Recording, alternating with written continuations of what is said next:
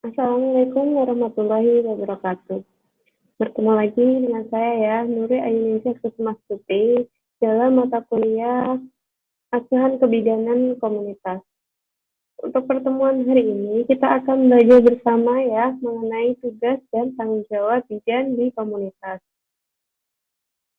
Ini adalah pertemuan kita yang keempat sebelum UTS dan sekaligus pertemuan terakhir pada Asuhan Kebidanan Komunitas ya sebelum UTS yang akan dilaksanakan pada minggu depan, tanggal 5 Mei 2020.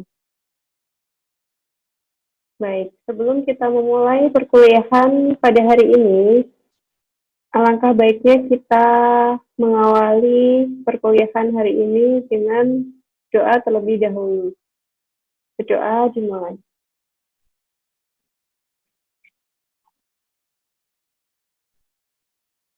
Berdoa selesai. Seperti yang kita tahu ya, tugas seorang bidan di komunitas itu sangatlah kompleks. Jadi sebagai bidan yang profesional, bidan itu harus dapat mengetahui permasalahan-permasalahan yang ada di masyarakat.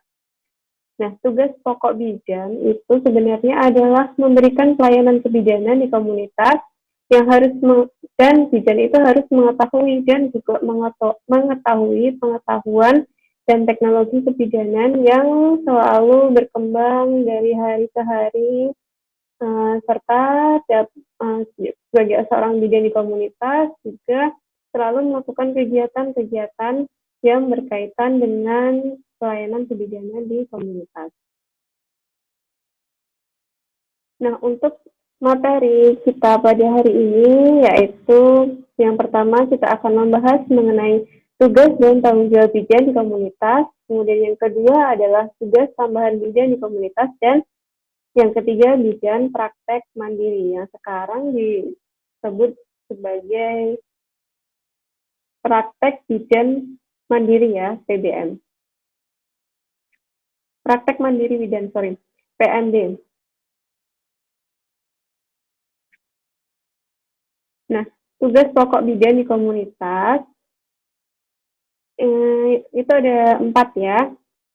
Nah, tugas pokok bidan itu adalah sebenarnya memberikan pelayanan kebidanan di komunitas ya. Jadi bidan di komunitas itu bertindak sebagai yang pertama pelaksana asuhan atau pelayanan kebidanan. Kemudian yang kedua nanti adalah pengelola pelayanan KIA KB, kemudian pendidikan klien, keluarga, masyarakat, dan tenaga kesehatan, dan yang terakhir adalah sebagai peneliti dalam asuhan kebidanan. Nah, untuk yang pertama adalah pelaksanaan asuhan atau pelayanan kebidanan, yang meliputi yang pertama itu adalah melakukan bimbingan terhadap kelompok remaja masa pra-perkawinan. Jadi, bidan memberikan pendidikan kesehatan ke remaja ya mengenai PUP atau pendewasaan usia perkawinan, agar mereka itu dapat mengerti dan juga memahami mengenai kesehatan reproduksi mereka. Kemudian yang kedua, memberikan asuhan kebidanan dengan standar profesional. Jadi sebagai bidan yang profesional, kita tidak boleh pilih kasih ya, tidak boleh membedakan si kaya dengan si miskin.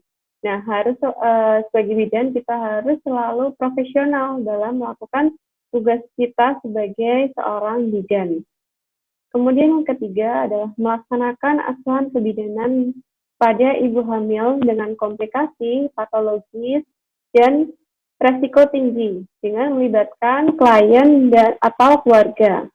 Jadi sebagai bidan kita harus selalu memantau perkembangan kehamilan klien, harus selalu memantau keadaan ibu hamil selama kehamilan mereka dengan asuhan yang komprehensif, dengan asuhan yang berkesinambungan, yang secara terus-menerus.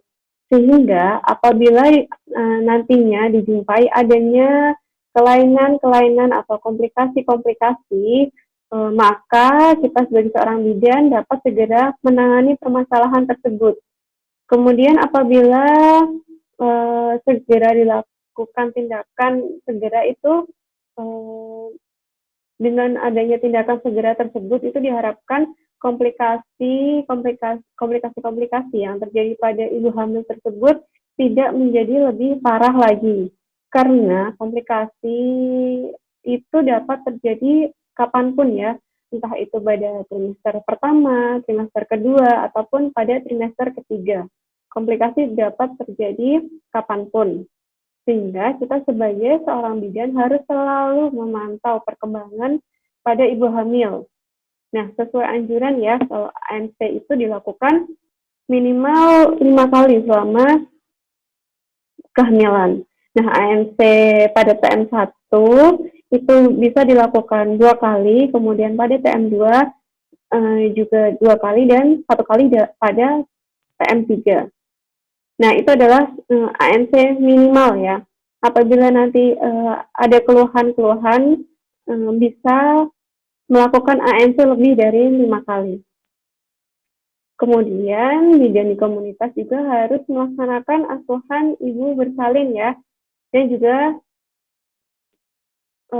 pada bayi baru lahir normal dengan komplikasi patologis dan juga resiko tinggi dengan selalu melibatkan keluarga ataupun klien. Kemudian pada ibu nifas dan ibu menyusui normal, kemudian dengan komplikasi patologis ataupun resiko tinggi itu juga dilakukan dengan melibatkan klien dan juga keluarga. Sehingga dengan penanganan itu dapat dilakukan dengan komprehensif ya. Jadi semuanya harus dilakukan komprehensif dari awal kehamilan hingga ibu itu postpartum. Kemudian melaksanakan asuhan kebidanan pada bayi dan balita dengan melibatkan klien dan keluarga. Kemudian yang selanjutnya yang ke-8 ada melaksanakan asuhan kebidanan pada wanita atau ibu dengan gangguan sistem reproduksi dengan melibatkan klien atau keluarga. Yang ke-9 melaksanakan asuhan kebidanan komunitas dengan melibatkan klien atau keluarga. Yang ke-10 melaksanakan pelayanan KB ya, kontrasepsi dengan melibatkan klien atau keluarga juga. Kemudian yang ke-11 adalah melaksanakan pendidikan kesehatan ya, melakukan penyuluhan atau pendidikan kesehatan di dalam pelayanan kebidanan. Jadi semua pelayanan kebidanan yang diberikan kepada klien itu harus selalu melibatkan klien itu sendiri dan juga keluarga dari klien dalam setiap mengambil keputusan. Nah, tugas bidan yang kedua itu adalah pengelola pelayanan KIA KB. Nah, untuk tugasnya di sini pada pengelola pelayanan KIA KB yang pertama adalah mengembangkan pelayanan kesehatan masyarakat ya, tidak stuck pada satu titik saja, terutama dalam pelayanan kebidanan untuk individu, keluarga, kelompok, pada kelompok-kelompok khusus dan juga masyarakat di wilayah kerjanya dengan melibatkan keluarga dan juga masyarakat. Kemudian yang kedua adalah berpartisipasi dalam tim ya untuk melaksanakan program kesehatan dan program sektor lain di wilayah kerjanya melalui peningkatan kemampuan dukun bayi, kadar kesehatan dan juga tenaga-tenaga kesehatan lainnya yang berada di wilayah kerjanya ya. Jadi sumber daya alam, sumber daya manusianya ya yang ada di masyarakat itu kita harus bisa untuk merangkulnya, untuk bisa merangkul masyarakat sekitar, masyarakat yang ada di sekitar agar bisa berjalan bersama-sama ya dalam upaya untuk meningkatkan derajat kesehatan masyarakat. Nah, untuk dukun bayi juga jangan dimusnahkan ya, karena kita harus memberikan arahan, memberikan bimbingan, memberikan pelatihan kepada dukun bayi ya, agar bisa bersama-sama memberikan pelayanan kepada masyarakat, kepada ibu hamil khususnya ya, tapi bukan pelayanan yang menolong dalam proses persalinan, karena dukun bayi itu merupakan bagian dari masyarakat yang sudah dipercaya oleh masyarakat, sehingga kita harus bisa merangkulnya, bukan memusnahkan dukun bayi yang ada di masyarakat tersebut. Kemudian kader kesehatan dan tenaga kesehatan lainnya berada di wilayah kerjanya. Oke. Kemudian yang selanjutnya, pendidikan klien, keluarga, masyarakat, dan tenaga kesehatan. Melaksanakan bimbingan, penyuluhan, pendidikan pada klien dan masyarakat serta tenaga kesehatan, termasuk mahasiswa bidan, perawat, kader kesehatan, dukun bayi yang berhubungan dengan KIA KB. Kemudian dalam pendidikan klien, keluarga, masyarakat, dan tenaga kesehatan ini, kita bisa memberikan pendidikan kesehatan yang sesuai dengan kebutuhan masyarakat ya, sesuai dengan permasalahan-permasalahan yang ada di masyarakat itu apa. Sehingga setelah kita mengetahui permasalahan-permasalahan yang ada di masyarakat, kita dapat menentukan pendidikan kesehatan apa yang cocok, yang pantas untuk diberikan ke masyarakat tersebut. Sehingga dengan adanya pendidikan kesehatan yang kita berikan pada masyarakat, diharapkan itu dapat membantu dalam memecahkan permasalahan-permasalahan kesehatan yang ada di masyarakat tersebut. Kemudian tugas bidan yang terakhir itu adalah penelitian sebagai peneliti dalam memberikan asuhan kebidanan.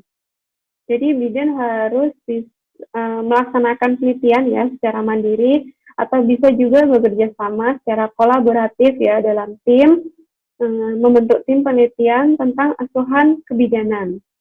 Sehingga diharapkan dengan adanya penelitian-penelitian yang dilakukan oleh bidan itu dapat dijadikan sebagai perkembangan pengetahuan dan juga teknologi dalam bidang kesehatan, khususnya dalam bidang kebidanan.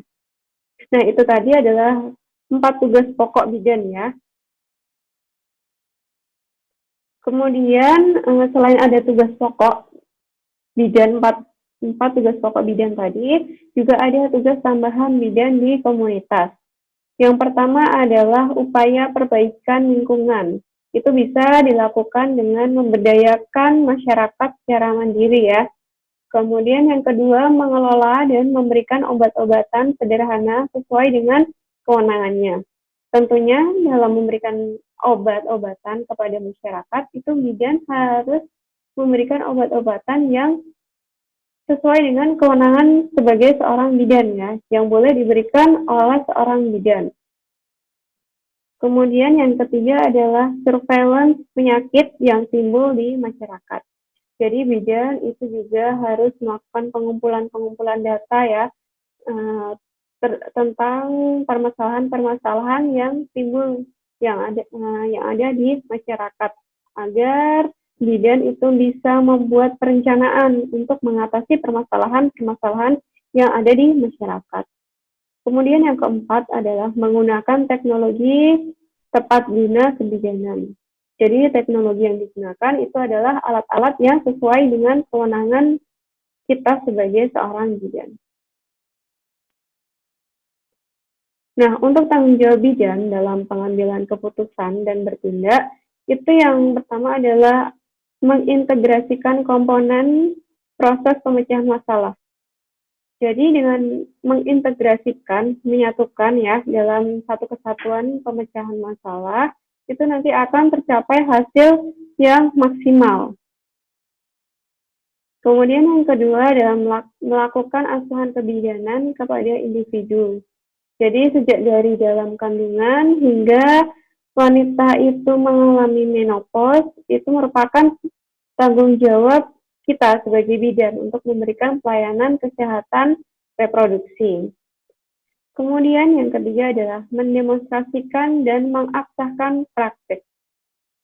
Jadi kita demonstrasikan ya upaya-upaya kesehatan yang dapat dilakukan oleh masyarakat secara mandiri ya, sehingga dapat dilakukan sendiri mereka di rumah dapat melakukan tanpa harus selalu dipantau oleh kita. Jadi kita memberikan contoh mendemonstrasikan upaya-upaya kesehatan tersebut terlebih dahulu ya kepada masyarakat agar mereka dapat melaksanakannya sendiri di rumah. Kemudian yang selanjutnya berkomunikasi dan bekerja sama dengan anggota teknis ya. Jadi menjalin kerjasama lintas sektor ya.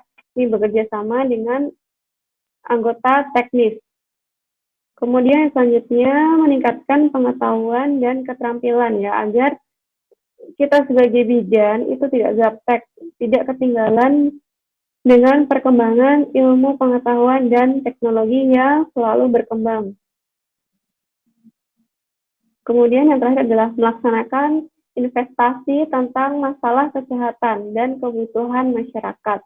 Jadi ini melaksanakan investasi itu dalam rangka untuk meningkatkan derajat kesehatan masyarakat. Nah, itu adalah tanggung jawab bidan dalam pengambilan keputusan dan bertindak. Kemudian kewajiban bidan yang diatur dalam pengabdian profesi itu ada 4 ya, yaitu kewajiban bidan terhadap klien dan masyarakat, kemudian kewajiban terhadap tugasnya, kewajiban bidan terhadap pejabat dan tenaga kesehatan lainnya. Nah, kita akan bahas satu persatu. Yang pertama itu adalah kewajiban bidan terhadap klien dan masyarakat.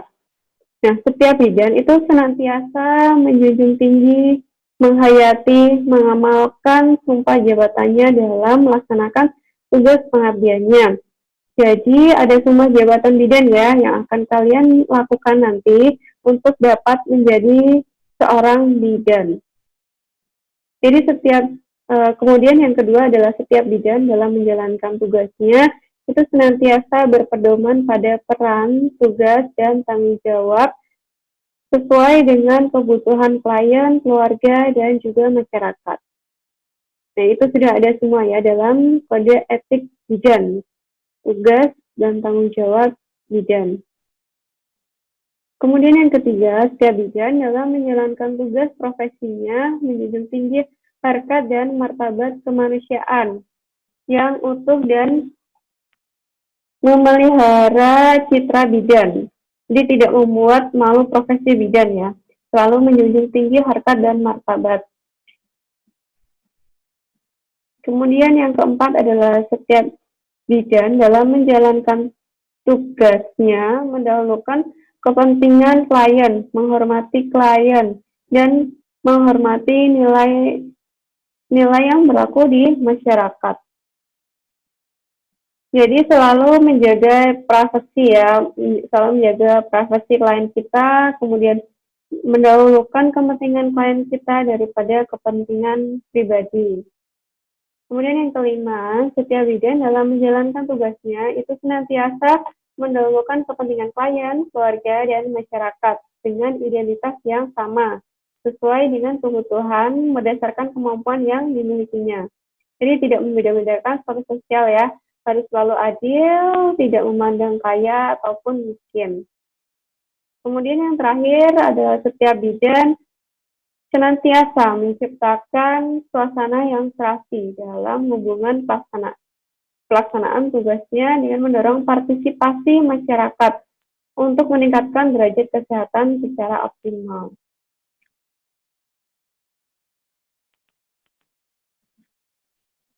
Kemudian kewajiban bidan yang kedua itu adalah kewajiban bidan terhadap tugasnya. Yang pertama, setiap bidan senantiasa memberikan pelayanan paripurna sesuai dengan kemampuan profesi yang dimilikinya, berdasarkan kebutuhan klien, keluarga, dan masyarakat. Jadi pelayanan yang diberikan itu adalah pelayanan yang optimal, pelayanan yang maksimal untuk memenuhi kebutuhan klien kita. Kemudian yang kedua, setiap bidan berhak memberikan pelayanan, memberikan pertolongan dan mempunyai kewenangan dalam mengambil keputusan dalam tugasnya, termasuk keputusan untuk mengadakan konsultasi dan atau rujuk. Jadi apabila terjadi komplikasi, kita berikan arahan, kita berikan informasi, kita berikan pilihan kepada klien kita, dan jangan lupa selalu harus ada informed consent dan informed choice dalam setiap pilihan yang akan dipilih oleh klien. Kemudian yang ketiga, setiap bidan juga harus menjamin kerahasiaannya ya, kerahasiaan keterangan yang dapat dan dipercayakan kepada bidan, kecuali apabila diminta pengadilan untuk memberikan keterangan ya. Jadi setiap informasi ataupun data pasien yang telah diberikan kepada bidan, kita harus selalu menjaga kerahasiaannya, kecuali tadi ya, apabila diminta oleh pengadilan atau diperlukan hubungan kepentingan klien.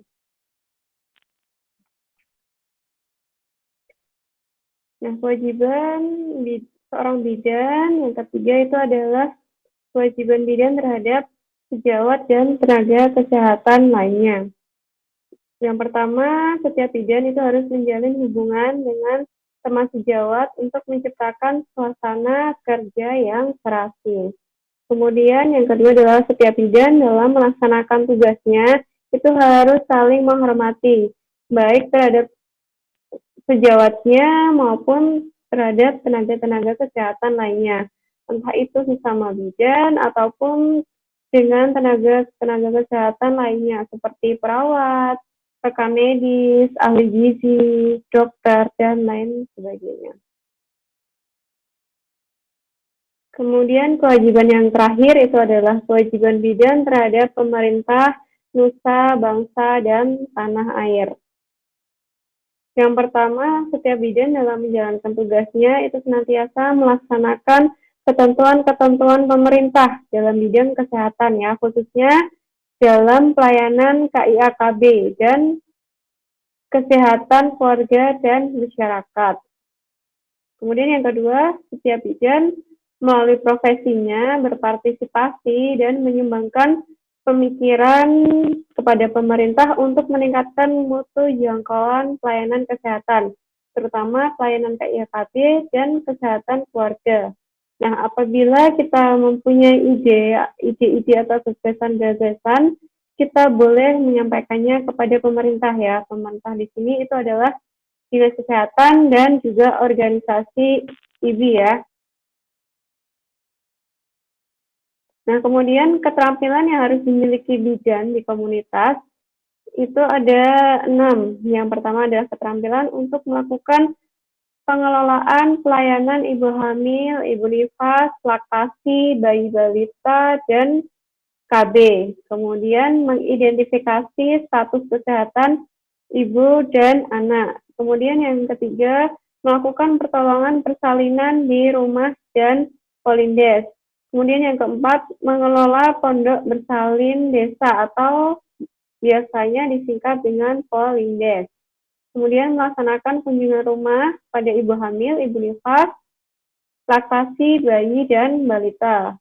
Dan yang keenam adalah melakukan pergerakan dan pembinaan peran serta masyarakat untuk mendukung upaya-upaya kesehatan ibu dan anak. Untuk keterampilan tambahannya itu bidan melakukan pemantauan KIA ya, kesehatan ibu dan anak dengan menggunakan pemantauan wilayah sekitar atau PWS KIA, pemantauan wilayah sekitar. Kemudian yang kedua melaksanakan pelatihan dan pembinaan dukun bayi. Yang ketiga mengelola dan memberikan obat-obatan sesuai dengan kewenangan sebagai seorang bidan ya tentunya. Kemudian yang keempat itu adalah menggunakan teknologi kebidanan yang tepat guna. Nah, dalam menjalankan tugas dan tanggung jawab sebagai seorang bidan itu tidak dipungkiri ya bahwa akan ada hambatan-hambatan yang akan terjadi selama bidan itu memberikan pelayanan kebidanan, terutama apabila bidan yang ada di tempat-tempat terpencil ya, atau bidan-bidan di pelosok pasti banyak sekali hambatan-hambatan atau rintangan-rintangan yang akan terjadi. Nah, hambatan-hambatan bidan di komunitas itu adalah yang pertama, tanggung jawab yang berat dan jauh dari tempat konsultasi. Jadi, sehingga apabila terjadi kendala atau terjadi masalah-masalah yang membutuhkan konsultasi dengan tenaga kesehatan lainnya atau dengan dokter misalnya, itu tidak ada tempat untuk berkonsultasi karena tempatnya yang jauh dari tempat untuk berkonsultasi. Kemudian yang kedua adalah fasilitas pemondokan dan tempat praktik yang tidak layak. Biasanya di Polindes itu tempatnya ala kadarnya ya, apalagi di tempat-tempat yang terpencil, sehingga ini menjadi hambatan bagi seorang bidan dalam memberikan layanan kebidanan yang optimal kepada kliennya. Kemudian yang ketiga adalah keterbatasan fasilitas transportasi dan komunikasi. Nah, ini yang paling menyedihkan ya, karena transportasi yang tidak memadai, tidak adanya ambulan desa misalkan, sehingga kita sebagai seorang bidan itu kesusahan dalam melakukan rujukan apabila terjadi komplikasi-komplikasi dalam persalinan, sehingga terjadi keterlambatan dalam mendapatkan penanganan kegawat daruratan.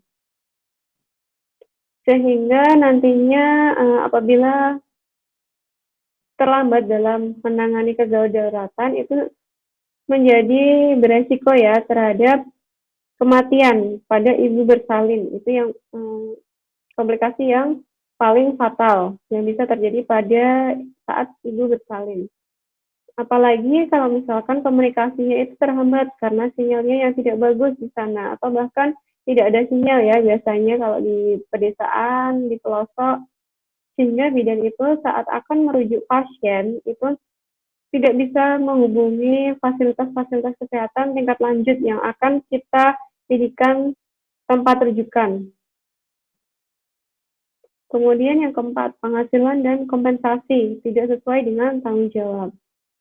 Seperti yang kita ketahui bersama ya, biaya kuliah kebidanan mahal, tapi honor yang didapat tidak sesuai dengan tanggung jawab yang begitu besar sebagai seorang bidan.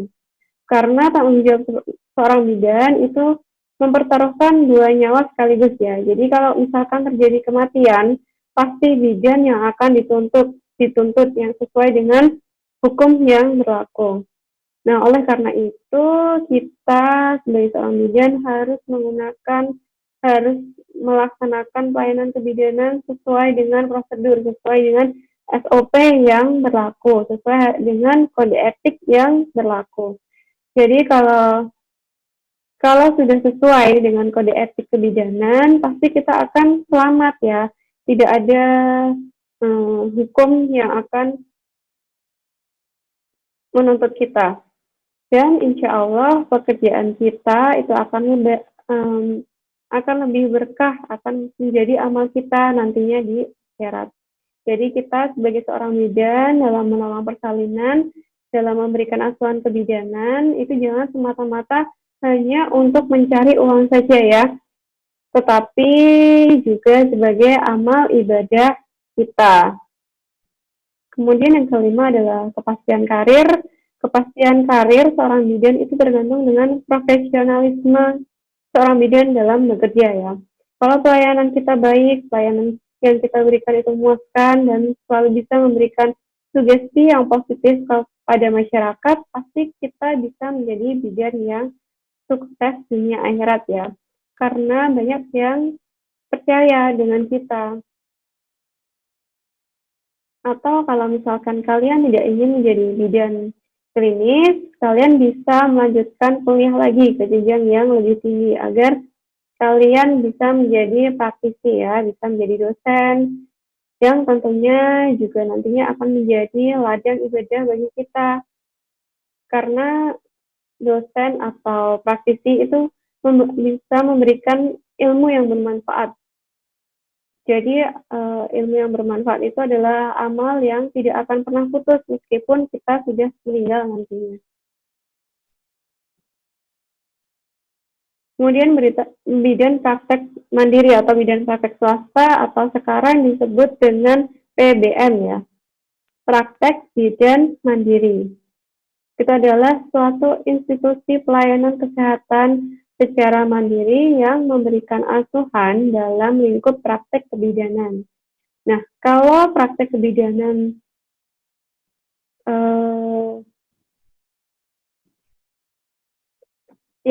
kalau praktek kebidanan yang kita lakukan itu bisa dengan memberikan pendekatan dengan manajemen kebidanan. Jadi bidan dalam memberikan pelayanan kebidanan itu harus juga menggunakan sistem pendokumentasiannya atau rekam medisnya untuk mempermudah proses, untuk mempermudah administrasinya ya dalam memberikan pelayanan kebidanan. Nah, PBM ini atau BPM ini merupakan penyedia pelayanan yang mempunyai andil sangat besar ya dalam meningkatkan kesejahteraan ibu dan juga untuk kesejahteraan anak. Sehingga diperlukan adanya regulasi. Diperlukan adanya regulasi dalam pelayanan praktek bidan yang jelas. Kemudian juga perlu adanya persiapan sebelum bidan melaksanakan pelayanan prakteknya, seperti perizinannya, tempatnya, ruangannya, peralatan untuk prakteknya, dan juga kelengkapan administrasinya. Semuanya harus sesuai dengan standar dan harus dipersiapkan terlebih dahulu sebelum bidan itu membuka BPM atau PBM. Nah, di samping itu, nanti Dinas Kesehatan Kabupaten Kota dan juga organisasi IBI itu nantinya akan selalu memberikan pengawasan dan juga pembinaan kepada bidan yang melaksanakan praktik mandiri ya. Jadi semua gerak-gerik bidan itu akan diawasi oleh Dinas Kesehatan Kabupaten maupun Dinas Kesehatan Kota dan juga organisasi IBI. Jadi jangan sampai kita dalam memberikan pelayanan kebidanan, memberikan asuhan kebidanan itu tidak sesuai dengan prosedur.